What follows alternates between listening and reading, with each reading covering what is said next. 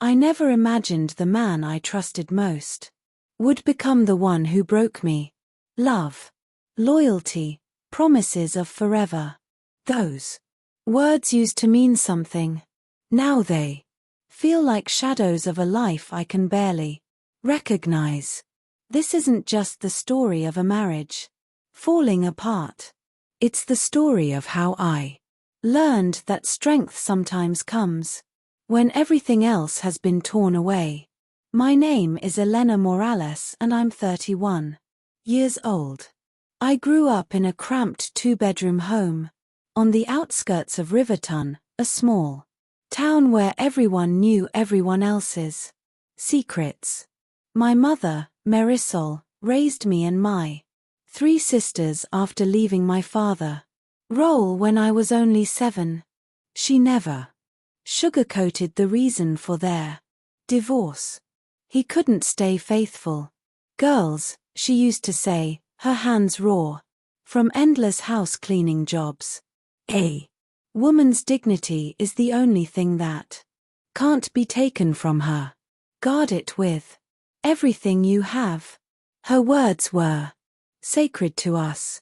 We watched her work herself to exhaustion, scrubbing the floors of wealthy families, and we knew we had to help however we could. I, as the oldest, carried the weight of responsibility, watching my sisters cooking simple meals, and reminding myself that love had to mean more than betrayal. Then came Adrian, the boy who lived next door.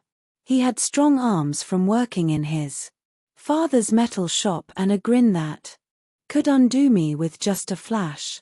I had known him since we were children, but somewhere between late summers and stolen glances across the fence, friendship turned into something else.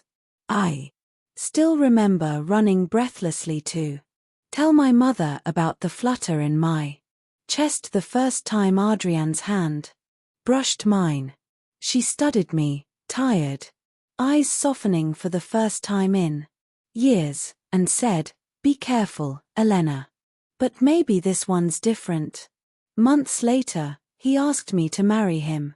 Our wedding was small, a simple ceremony in the town's old church with borrowed flowers and plastic chairs at the community center. But to me, it felt like magic. I wasn't marrying into riches, but I was marrying love, or at least what I believed love to be. Within 2 years, our small apartment echoed with the laughter of our children, Daniel and Leia. Adrian worked long hours at the forge while I stayed home, folding tiny clothes and humming lullabies. The place was cramped, the paint chipped, but it was ours. For a while, I believed my life was proof that happy endings existed. I was wrong. It all started to change the day Adrian fell. He was repairing a scaffold at the shop when his footing slipped. The crash shattered his leg in 3 places. Metal rods and screws held the bones together afterward, but nothing could hold back the pain or the slow bitterness that crept into his eyes. The man who once carried heavy beams with ease was now confined to a bed, wincing with every movement. Nights became restless, filled with his groans and my whispered reassurances that things would get better. I borrowed money for medicine, watched our savings disappear, and told myself over and over that this was just a season, not the end of everything. But reality was colder. Adrian hated depending on me. He said a man was supposed to provide for his family, not lie broken in bed while his wife worried about how to pay the bills. At first, he begged me not to work, insisting it would humiliate him.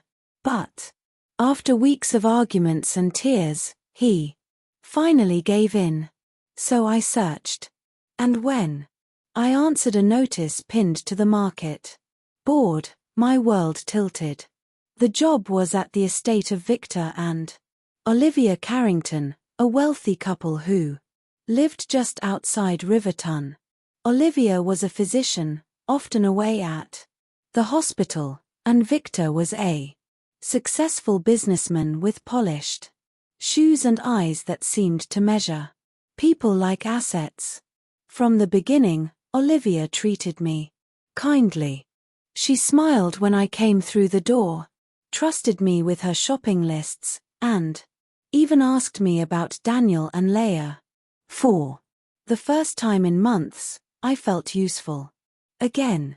My wages, though modest by their standards, were enough to cover Adrian's medicine and keep food on our table. Each morning, I tied back my hair, slipped into a simple dress, and took the bus across town. The Carrington home smelled faintly of lemon polish and expensive cologne. I scrubbed their marble counters, folded crisp linens, and told myself I was building a bridge toward stability. But sometimes when I caught Victor watching me from across the room, I felt something else. A weight I couldn't quite name. And one morning, that weight pressed down in ways I would never forget. The morning began like any other. I slipped into a black linen dress I had bought secondhand, but treasured like silk. Its lace trim hinted at elegance, without showing too much. Around my neck hung a tiny gold heart-shaped pendant, Adrian's gift from our first anniversary. I wanted to feel strong that day. Instead, I walked straight into danger. The Carrington kitchen gleamed as I wiped down the counters, the quiet hum of the refrigerator filling the silence. Then I sensed it, that unsettling awareness of someone standing behind me. I turned. Victor Carrington leaned in the doorway, suit jacket draped carelessly over his shoulder. He had the kind of practiced elegance that came with wealth, dark hair smoothed back, cufflinks glinting. But his eyes, sharp and lingering, made me uneasy. "Good morning, Elena," he said smoothly. "Olivia's gone to see her mother. Before you start, I'd like a word. Join me in the living room." I hesitated, but he smiled as if refusing wasn't an option. Against my better judgment, I followed. The living room was too quiet. Victor sat down on the leather sofa and gestured for me to join him. "I'm sorry for what you're going through," he began, voice low, almost sympathetic. "Your husband's accident, it must be hard. You carry everything on your shoulders, don't you?" I folded my hands in my lap, choosing silence. "My wife is brilliant," he continued, leaning closer, "but her work keeps her busy. Evenings here are empty." He paused, his eyes raking over me in a way that made my stomach twist. "And you're warm. Beautiful. Too beautiful to waste on scrubbing floors." Before I could respond, he rose and disappeared down the hall. When he returned, he was dressed in a silk robe, open at the chest, his cologne heavy in the air. Something inside me froze. He stepped closer. "I could give you more than a paycheck, Elena. Comfort, security, everything you deserve. All I ask in return." His voice trailed, but his meaning hung heavy in the air. I stood quickly, heart pounding. "Mr. Carrington, I came here to work. Nothing else." He blocked my path, eyes narrowing. "Don't be so quick to run. I'll give you a week to think about it. You need money. Your husband can't provide, Can he? Anger burned through my fear. I have a husband. I have children. And I would rather starve than sell my dignity. The disgust in my voice must have struck him because his smile faltered. He stepped aside at last, but his gaze followed me like claws on my back as I fled the house. By the time I reached our apartment, my hands were trembling. Adrian looked up from the couch, his leg propped on pillows and his brow furrowed. At my pale face. Elena, what happened? I sat beside him, tears spilling before I could stop them. Victor, he tried, my voice cracked. He wanted me to betray you. I refused. Adrian's calm demeanor shattered. His fists clenched, face flushing with rage. You will never set foot in that house again. Do you hear me? Never. But the money? No. His voice shook. I'll find another way. I won't let you be put in that kind of danger. For the first time since his accident, I saw fire in his eyes again. He was furious. Not at me, but at the man who had dared threaten our family. And, though fear still turned in my chest, a strange relief washed over me. I had chosen love, not temptation. But the Carringtons weren't finished with me. The next day, Olivia called. Her voice was cold, sharp. Victor told me everything. Don't lie, Elena. My husband is a good man. If you want to keep this job, you'll stop spreading stories.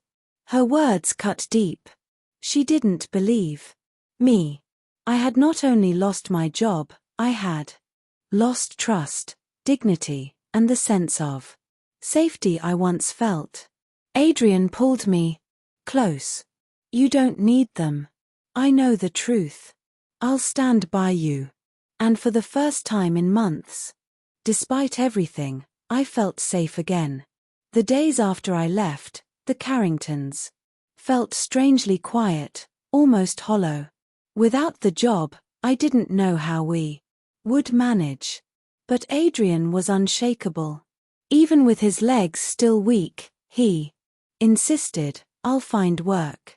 I have to. Weeks later, he did.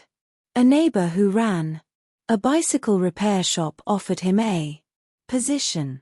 Light work, nothing compared to the forge, but enough to keep us afloat. Watching him roll greasy chains between his callous hands, I saw a man piecing his pride back together one bolt at a time.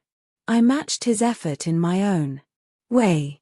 I cooked meals full of herbs and broth, studied remedies from old books, and carefully guided him through the exercises the doctor prescribed. Slowly, the stiffness in his walk eased. The gloom in his eyes began to lift. And then one morning, life handed us something we hadn't planned for. I was pregnant again. At first, I was terrified. We barely had enough for Daniel and Leia, and Adrian still needed medicine. But when I told him, his face softened. Another child, he whispered almost in awe. Maybe this is our second chance. Elena. Maybe this is hope. For the first time in months, I allowed myself to believe him. Our days grew brighter. Daniel and Leia laughed in the small courtyard outside our apartment.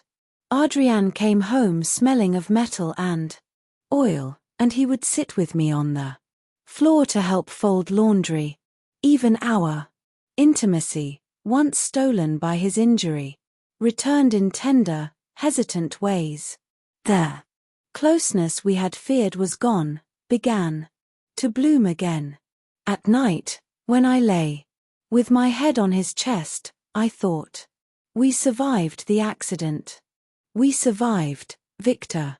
Maybe we can survive anything. But peace, I would learn, can be fragile. Too fragile. Because while I was building our home, piece by piece, Adrian was beginning to drift. For a while, life almost felt normal again. The children were thriving. Adrian was working steadily at the repair shop, and I was preparing for the baby growing quietly inside me. But peace doesn't last forever. It started small. Adrian would come home later than usual, claiming he was having a beer with the guys from work. His tone was casual, but his eyes shifted too quickly when he said it.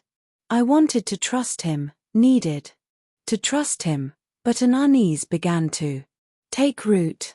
One night, he came through the door with a faint trace of perfume clinging to his shirt.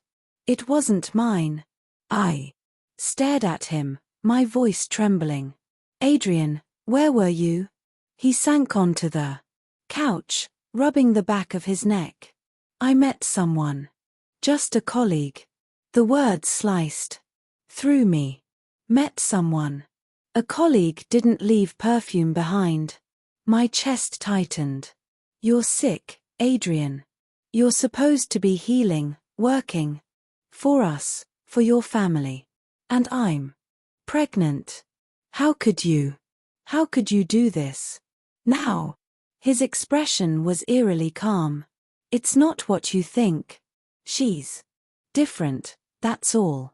Different. My voice broke. What does she have that? I don't tell me. He looked away, silent. That silence was worse than any confession. It said everything. For the first time, I felt my world collapse beneath me. My husband, the man I had fought for, cooked for, nursed back to strength, was betraying me just as my father had betrayed my mother. Tears blurred my vision. Do you remember what I told you about Victor? I whispered. He offered me everything. Money, security. I could have said yes, Adrian, but I didn't. Because I love you. Because I believed in us. Adrian flinched, but his words were cold. It's not the same thing. Elena. Not the same. My stomach turned. He was justifying what couldn't be justified. That night, I lay awake, listening to his even breaths beside me, wondering when my marriage had shifted from love to lies. The next morning, Adrian's resolve seemed to crack. He came to me, eyes downcast. I'm sorry. I don't know what I was thinking. Please, Elena, don't leave. I'll change. I swear. I wanted to believe him. Against all reason, a part of me still did. He became attentive again, helping with the children, cooking simple meals, even laughing with me in ways I hadn't heard in months. For a while, I allowed myself to think. Maybe he meant it. Maybe redemption was possible. But trust, once broken, never comes back whole. Late one evening, as I ironed clothes in the bedroom, his phone lit up. On the nightstand. I glanced at the screen. Her name, the same colleague. He saw me looking. Anger flared in his eyes, darker than I'd ever seen. What do you think you're doing? What do I think? My voice shook. I know what you're doing. You're lying to me. Before I could move, his hand struck my cheek. The sound echoed, sharp and cruel, and for a moment the room tilted. Adrian had never touched me in anger. Before. Never. The man I had built my life with stood over me, his chest heaving, his eyes filled not with regret, but rage. Then, without a word, he grabbed his jacket and slammed the door behind him. leaving me trembling on the floor. I pressed my hand to my burning cheek, tears spilling freely. 4 hours, I sat there, broken, while the children slept. In the next room, blissfully, unaware that their father had just shattered something far greater than trust. When dawn came, Adrian returned, exhausted, muttering apologies. But something inside me had changed.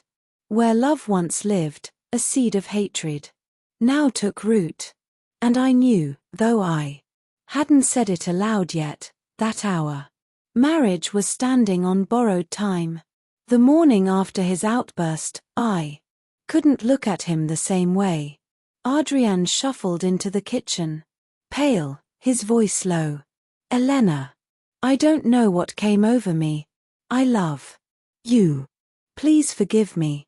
I stared at the man who had struck me, the man I had once trusted with my entire heart. What about me? What about our children? What happens the next time your anger takes over? He reached for my hand, but I pulled back. Something in me had hardened. By that afternoon, I made my decision. I packed a small bag, kissed Daniel and Leia as they napped, and walked out the door before I lost my nerve. At the train station, the way of my choices pressed against my chest. But the bruising ache on my cheek reminded me why I couldn't stay. I boarded a train, bound for Havenbrook, a city far enough that Adrian couldn't just come knocking, yet close enough that I wasn't abandoning my children forever.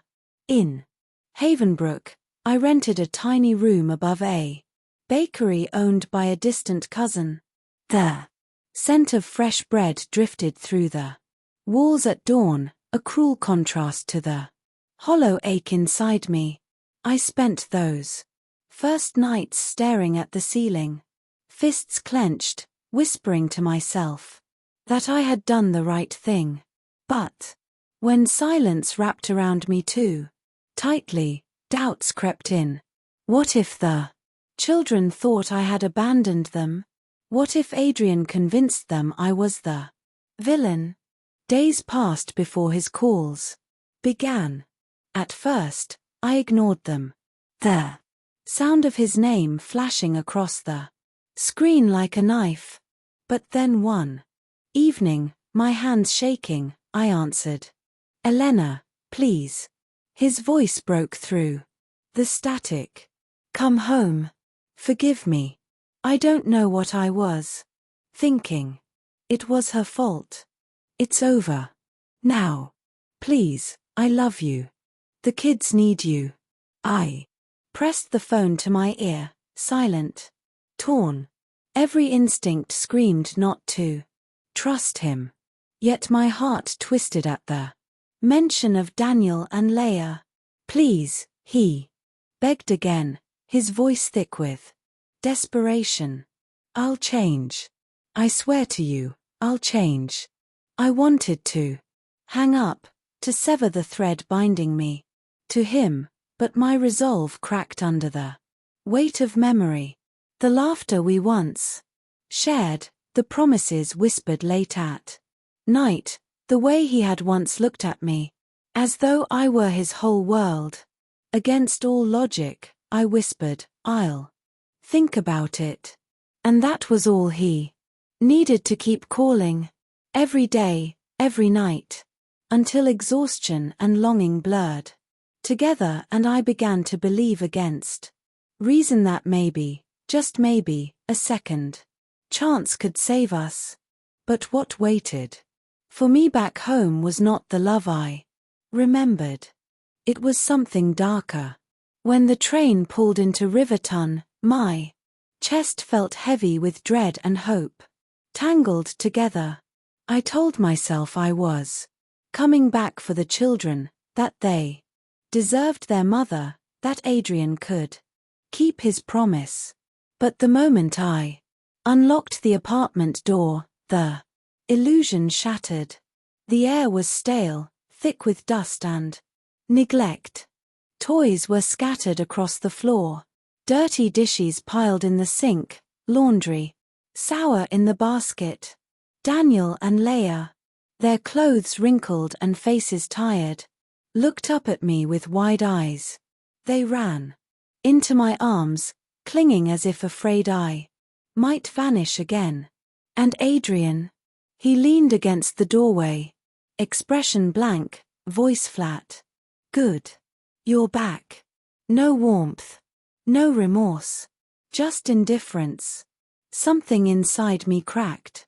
I had left behind the safety of Havenbrook, the chance at healing, only to return to a home that no longer felt like mine. I tried to push through the days, cleaning the wreckage, feeding the children, pretending that his presence meant something, but Adrian began slipping out. Again. Late nights with friends, he called them. I didn't believe him. Not for a second. One evening, while he was gone, I called his co-worker, a woman named Leah. My voice trembled as I asked, "Is Adrian there with you?" "Ha." Pause was brief, but enough.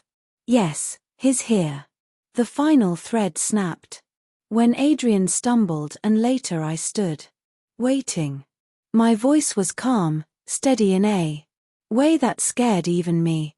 "I know where you've been. I know who you've been with. And I can't do this anymore." He blinked, feigning surprise, then shrugged. "Elena, don't make this harder than it is." "I'm not making it harder," I said, grabbing the children's coats from the rack. "I'm ending it." Daniel and Leah clung to me as I opened the door. "Where are you going?" Adrian demanded, though his tone was hollow, almost careless. "Somewhere you can't lie to me anymore," I answered. He didn't stop me, didn't even follow. That more than anything told me the truth. He no longer cared enough to fight for us. As I walked down the stairwell with the children's small hands gripping mine, I felt a strange sensation rising beneath the grief, a lightness, freedom. For years, I had built my life around him. But in that moment, stepping into the cool night air, I realized this wasn't the end of me. It was only the beginning. The first nights after I left Adrian felt like stepping into a void. The children cried themselves to sleep, asking why Daddy wasn't with us. I didn't have answers that would soothe their small hearts. All I could do was hold them close and whisper, "We're safe now." That's what matters. I rented a single room above a laundromat. It was cramped. One bed, a small dresser, peeling wallpaper, but it was ours. For the first time in months, I woke without fear of footsteps pacing in, anger or a slammed door jolting me from sleep. Adrian tried to call. At first. Every night, then less often. His voice swung between pleading and dismissive. "Elena, I messed up. I can fix this." Or, "You're overreacting. Come home already." But each time I felt less tied to him. The man I had loved was gone, buried beneath lies and betrayal, and no amount of apologies could unearth him. One evening I answered his call for the last time. "Elena, please. The kids need their father. We can start over." I stared at the wall, my jaw tight. "No, Adrian. They need stability. They need love that doesn't come with bruises and broken promises. I won't raise them to think this is what marriage should be." Silence. Then a sigh heavy with resignation. "So that's it. That's it," I said, my voice steady. "Goodbye." I hung up, and for the first time I didn't cry. Life wasn't easy after that. I worked long hours cleaning offices, walking home with aching feet and raw hands. Some nights I collapsed onto the mattress beside Daniel and Leia, too exhausted to even change clothes. But when I looked at their sleeping faces, I felt a strength I hadn't known before. Slowly, the weight lifted. I laughed again. Real unforced laughter. I told stories to my children at night. Stories about courage and survival, and realized I was really telling them about myself. I wasn't the same woman who once begged for Adrian's love. I was someone stronger, someone who had clawed her way through heartbreak and stood taller on the other side. For years, I thought my life was defined by him, by our love, our struggles, our collapse. But as I watched my children chase each other across the tiny room, their giggles echoing like music, I understood the truth. This wasn't the end of my story. It was the beginning of a new one. Years passed. Daniel grew into a thoughtful young man, with steady hands, the kind that fixed broken radios and bicycles for neighbors without asking for a dime. Leia, with her sharp eyes and fierce spirit, became the protector of everyone around her, even me, and my youngest, little Isabel, the baby I once feared I couldn't afford to raise, grew up laughing louder than all of us combined. Our lives weren't perfect. We never had much money, and the world was often unkind to a single mother trying to make ends meet. But every challenge carried with it a quiet strength I never thought I'd find. Adrian faded into the distance. He called less and less until the call stopped altogether. Once years later, I saw him on the street. He looked older, worn, and when his eyes met mine, he tried to smile. I nodded politely, but nothing inside me stirred. That chapter was finished. One evening, as the children sat at the kitchen table finishing homework, Leia asked, "Mama, why did you leave, Dad?" I sat down, the dish towel in my hands, meeting her curious gaze. The answer wasn't simple, but it was important. Because love is more than words, I told her softly. It's trust, respect, and kindness. And when those things are broken, staying can do more harm than leaving. I wanted you all to grow up knowing your worth, never settling for less than what you deserve. She nodded slowly as though filing the lesson away. Daniel reached over and squeezed my hand. Isabel, too young to understand, giggled and wrapped her arms around my waist. In that moment, I felt peace. My story hadn't ended when Adrian betrayed me. It hadn't ended when I boarded that train in desperation, or when I came back in misguided hope. My story had only just begun the day I chose myself, the day I walked away. Life taught me the hardest truth. Sometimes survival isn't about holding on. It's about letting go. And as the evening sun poured through the window, bathing my children in golden light, I finally understood. I hadn't lost everything. I had found myself.